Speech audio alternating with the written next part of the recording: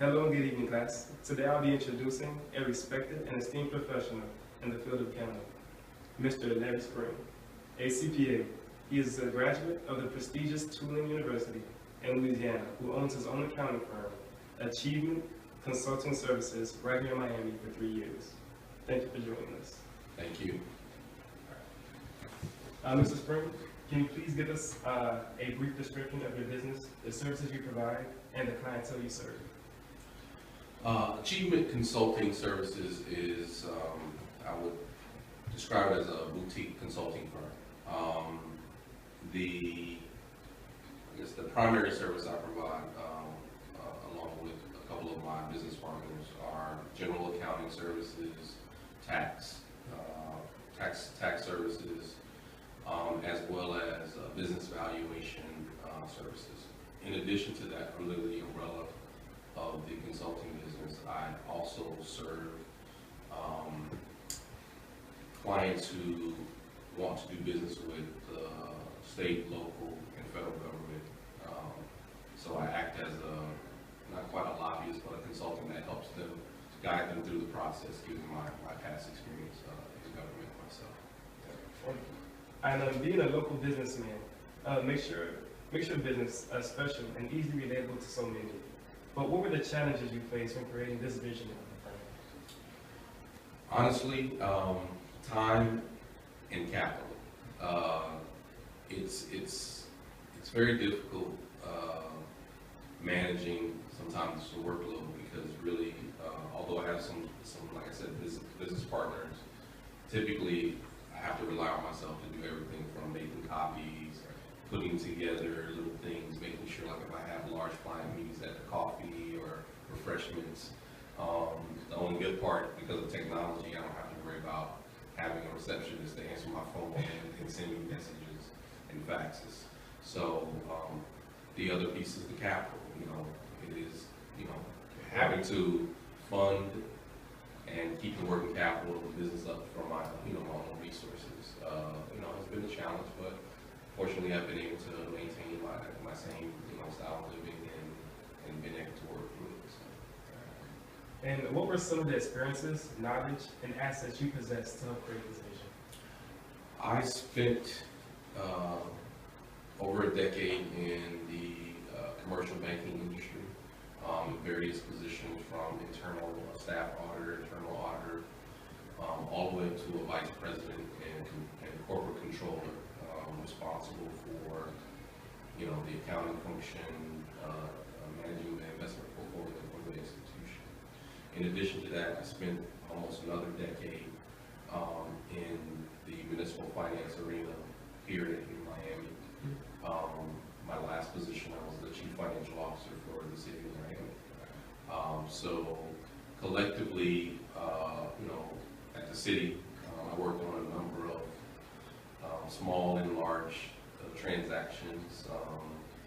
I sold almost $500 million in municipal bonds on behalf of the city. Negotiated the Marlin Stadium deal, or the portion of it related to the city. Worked on a lot of economic development type projects like the Port Tunnel, that is now almost completed, going to the Port of Miami. So, that experience helped me prepare myself to come out back, or rather I should say back to the private sector, but on my own this time. So And Optimus, when was this transition from Louisiana to Miami? Because it seems you have a lot of experience in.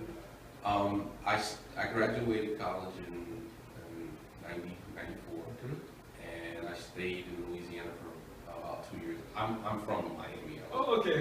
I was on the Yeah, I am a native of Miami. Proud graduate of Coral Gables High School. So I'm publicly educated, but was blessed to be able to have the opportunity to go to Tulane. And I took it and I rode with it. So I returned home in '96, really wanting to be home and trying to make some things happen here. And I've been very fortunate. All right, and as individuals with business backgrounds, we know the harsh realities of creating your own business, such as 85% of all businesses fail within their first year. As an entrepreneur who has beaten the odds, can you tell us which year was most challenging for you, or can that even be determined? I'm gonna say it's still up in the air right now. Although I will tell you that I had actually saved for the opportunity. So going into it, I had about a year and a half's worth of savings to be able to deal with capitalizing the business, i.e., you know, everything from purchasing equipment, business, you know, being able to take potential new clients to business, traveling, all that stuff, and being able to take care of my, you know, my personal responsibility, mortgage, taking care of my family, and all that stuff. So I had that kind of set aside, and that really helped me out because I could easily see that first year would have been a killer for me.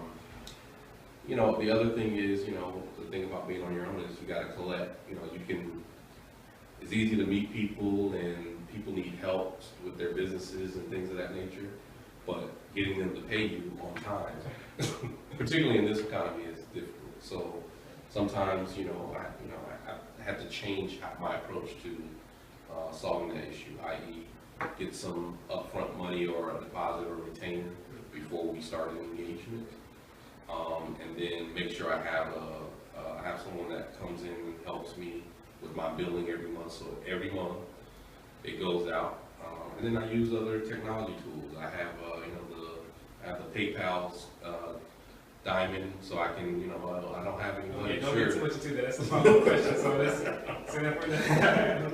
All right. Tenacity despite failure, calculated risk taker, opportunist. Do these characteristics describe you? I'd say definitely calculated risk taker, more so than anything. I was,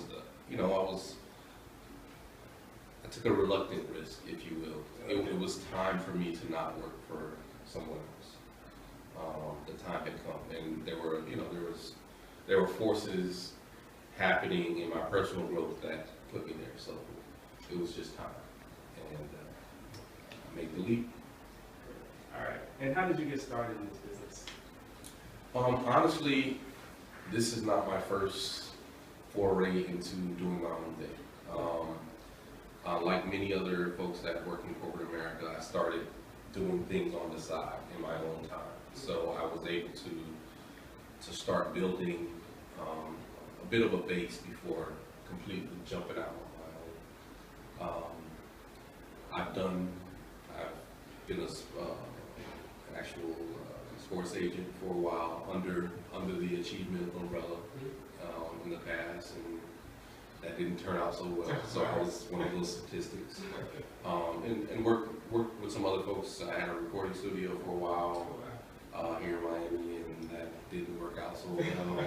So I've had a couple of starts and stops before I actually got going with this.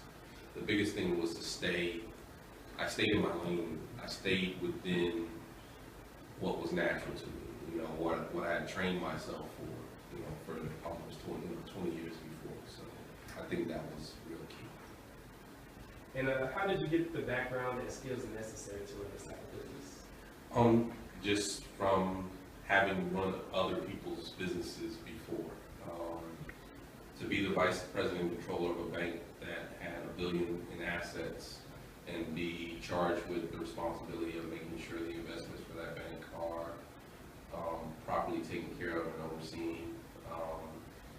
Being the HR director for a company, being a CFO for a company, and the various roles I've played in my private and public industry career, I think really helped out. And then seeing other businesses, I'm mentored by a lot of entrepreneurs myself, so people who have definitely made it. So that's the other piece. And how has society impacted your business? Society,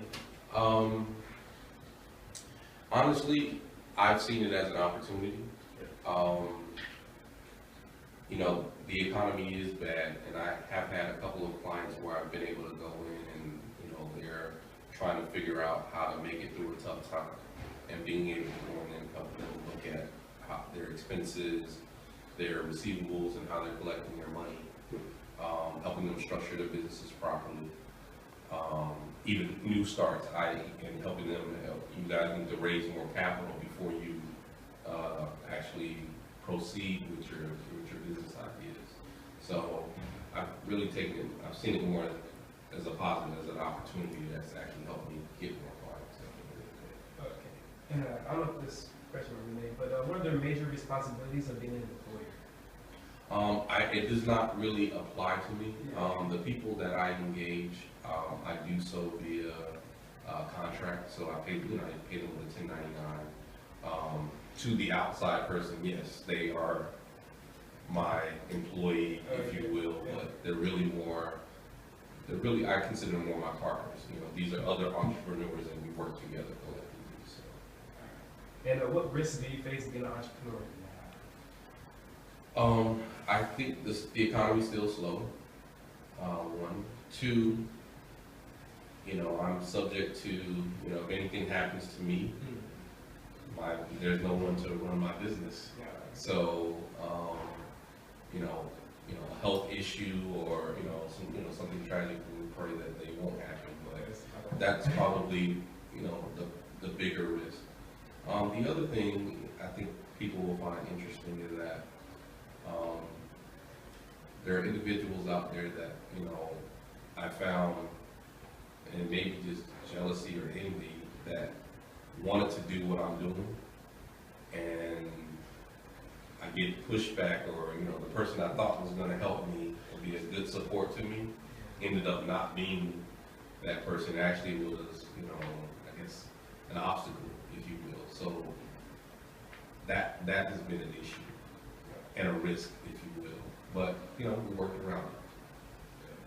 All right. And what are the major responsibilities of being an employer or helping, as you said?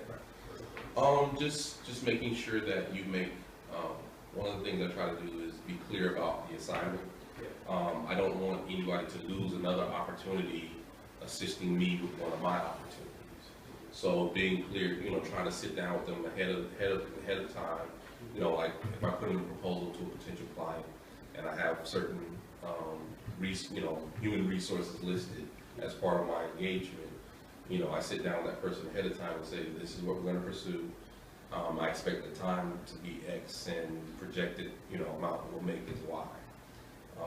If you got something else going on that is going to pay you more than that, or if you think you can do both, we can work through that. But definitely not telling someone, hey, let's do this thing, and then a week later, it didn't work out, sorry, and then they left something.